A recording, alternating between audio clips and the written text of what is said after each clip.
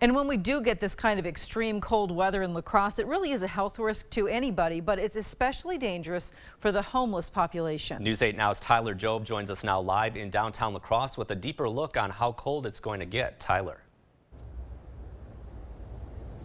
Mike and Martha, the snow tapered off about an hour or so ago, but as Bill mentioned earlier, the temperatures have drastically gotten colder. In fact, when I was live about an hour ago, it has gotten much more colder than the last time I was out here. And taking a look at the intersection of 3rd and La Crosse streets, it is plowed over here pretty good. Drivers are taking their time as they should, but we are going to have some sub-zero temperatures with wind chills, making it feel even colder for the next week or so, so get ready. Snow fell throughout the city for much of the day. It's not super cold out right now, but like I said, that temperature is going to drop even more drastically within the next few hours or so, and when that happens, our homeless shelters know what to expect even during the pandemic. Local homeless shelters face a tough enough task as it is, housing the homeless when the weather turns bitterly cold.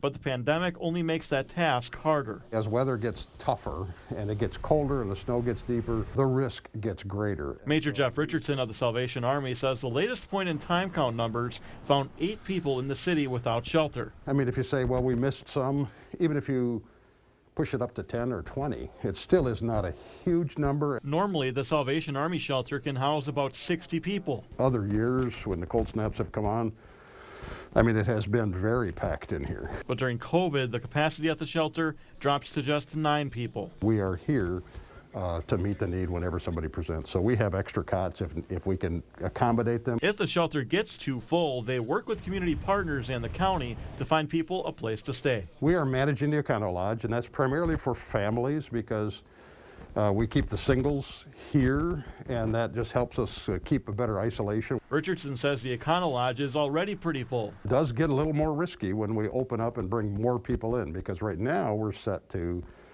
keep that social distancing. But he wants to remind the people who need shelter that the Salvation Army is open for them 24/7. We want to make sure everybody's safe, warm, healthy, well taken care of, and so we'll do everything we can to find that sheltering for an individual. How's the Salvation Army doing?